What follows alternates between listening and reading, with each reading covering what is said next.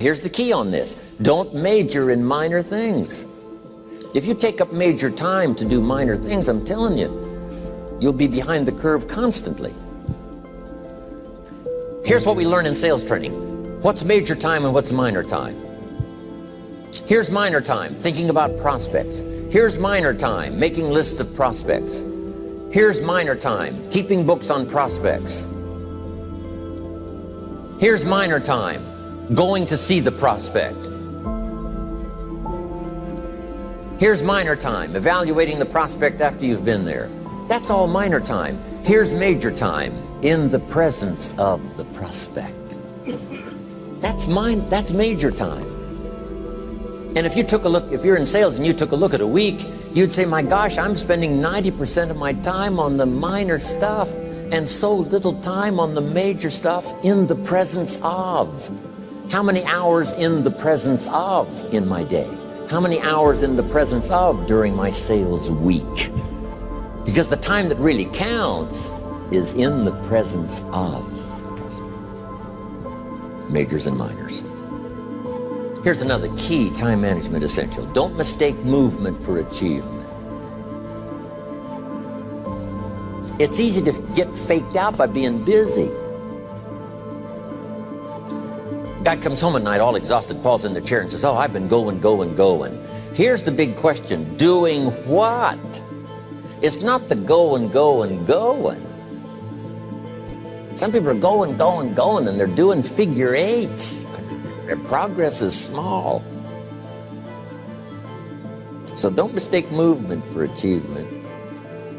Here's another one in sales we learned. Don't mistake courtesy for consent. If somebody's pleasant and they nod, you say, oh, they're going to buy. No, they're courteous. You can't mistake courtesy for consent.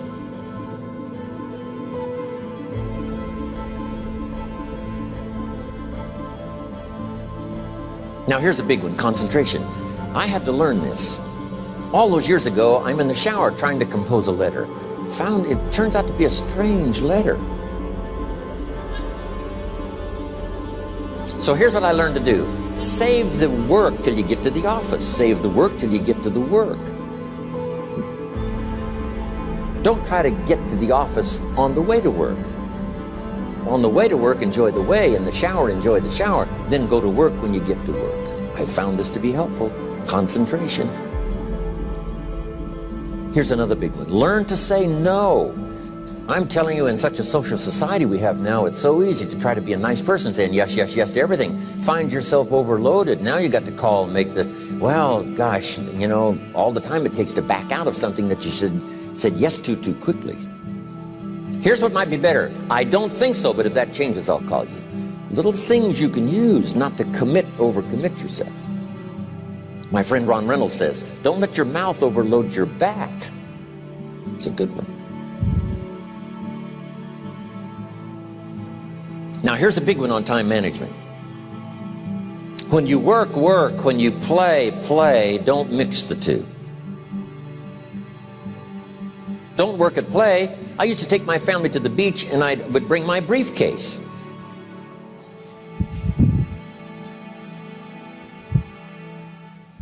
I learned not to do that. Or at the beach, I'm saying I should be at the office. Now my family's upset because I'm at the beach and I'm thinking office. Now when I'm at the office, I'm thinking what? I got to get my family to the beach.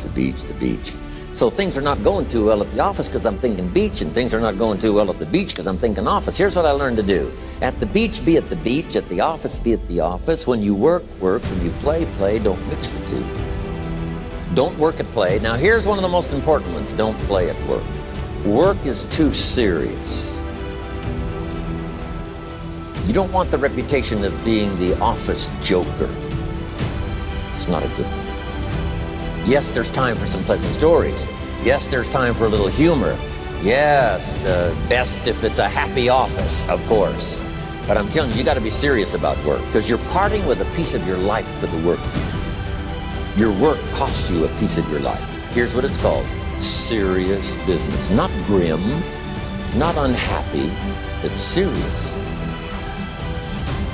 See? Don't play at work.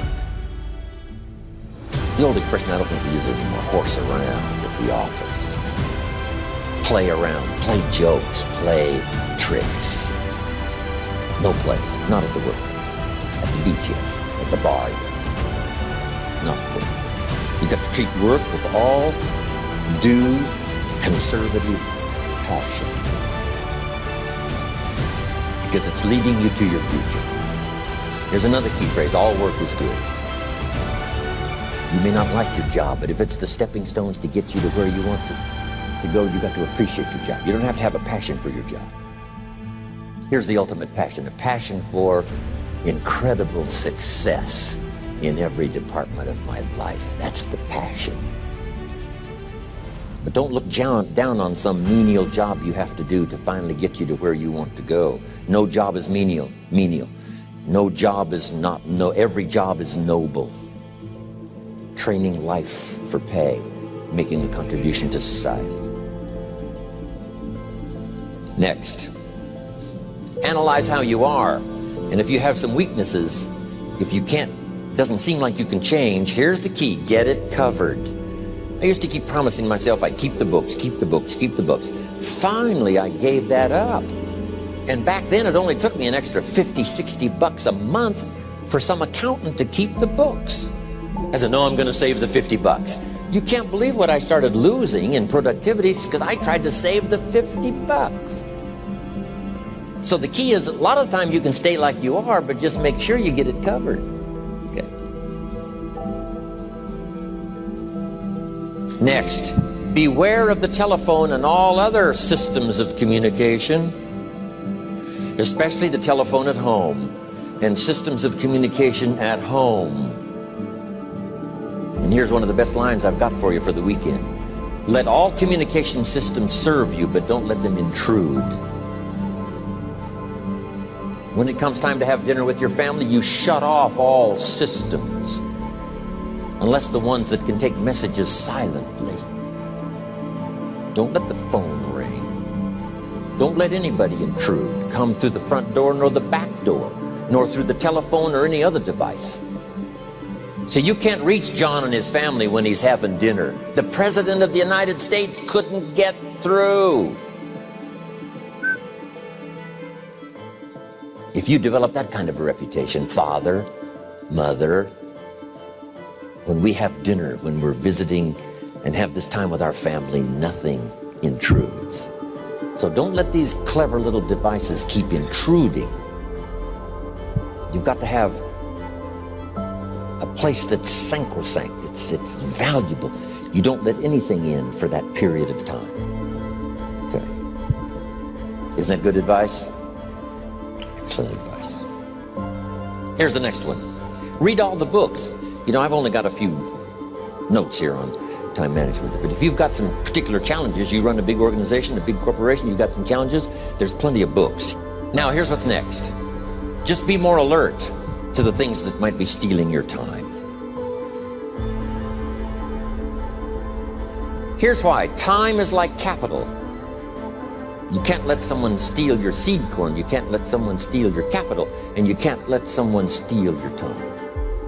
You must designate your time. And some of the time that you designate, you must not let anyone steal. Casual time, you might let someone intrude and steal a little bit and take a little bit, but not serious time. Key. Next, one of the great time management savers is to learn to ask questions up front. Sometimes you talk to somebody for an hour, and then you ask questions and find out if you would have asked those questions up front, you could have saved yourself an hour.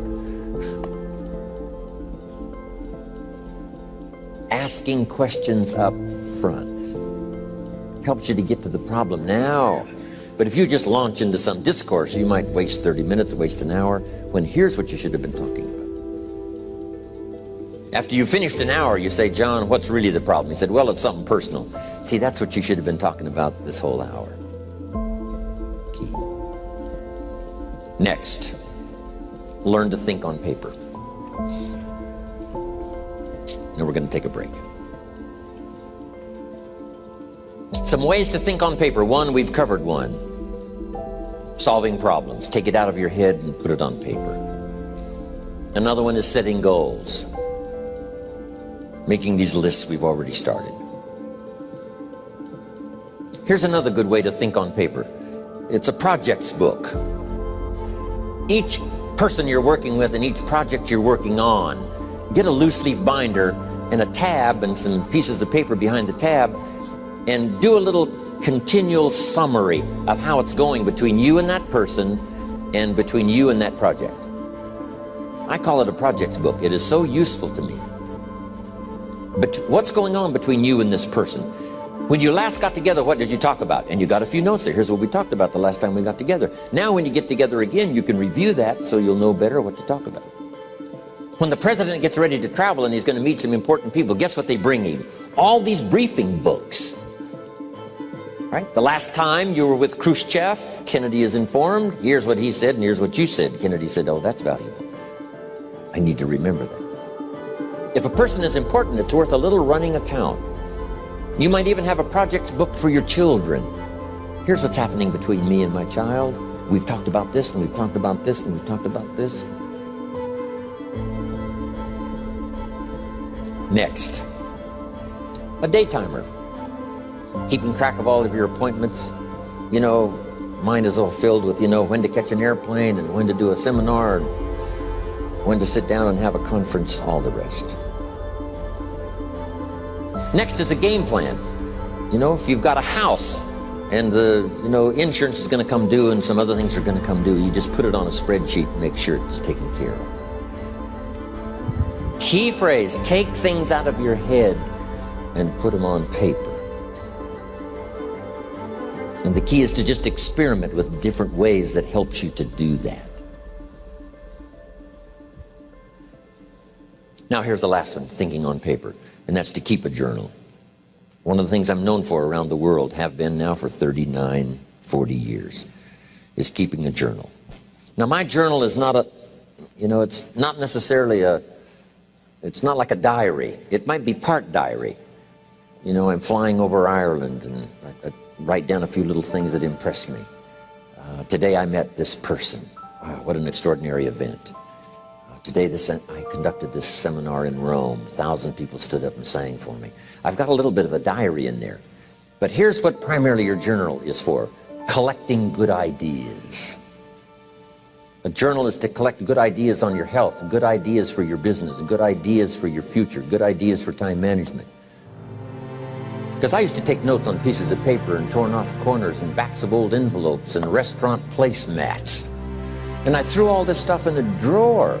It did not serve me well. I finally learned to get a bound copy, right?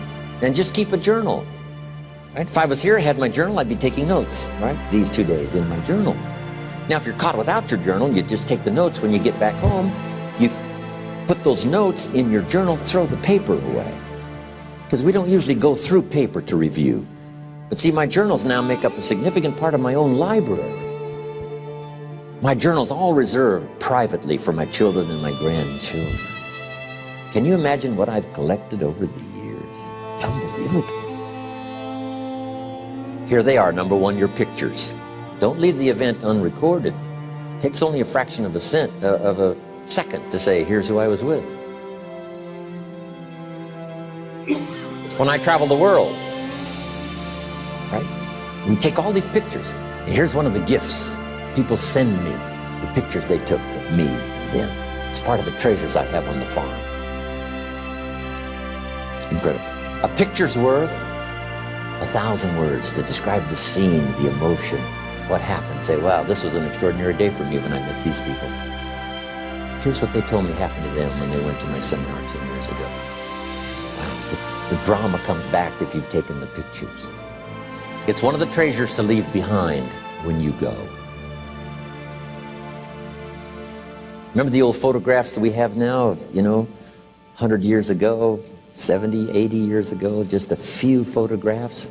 What would it be like if you had thousands of photographs of the past, of your history, your mother, your father, right? Grandparents? So change all of that now for your children. Leave all your photographs as a record. Here's what's next. to leave behind, and that's your library. The books that changed your life, the books that changed your health, the books that rescued you from oblivion, the books that you passed on to other people, they were so exciting for you, the books that made you financially independent, the books that developed your leadership, the books that gave you wisdom to ponder when things were tough, the books that got you through the winter, the books that helped you to plant in the spring and harvest in the fall. What a treasure to leave behind.